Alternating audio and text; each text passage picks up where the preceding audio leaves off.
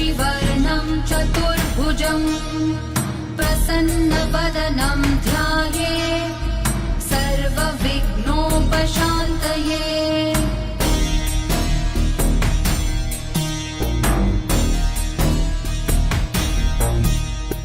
शान्ताकारं भुजगशयनं पद्मनाभं सुरेशं विश्वाधारं गगनसदृशं मेघवर्णं शुभाङ्गं लक्ष्मीकान्तं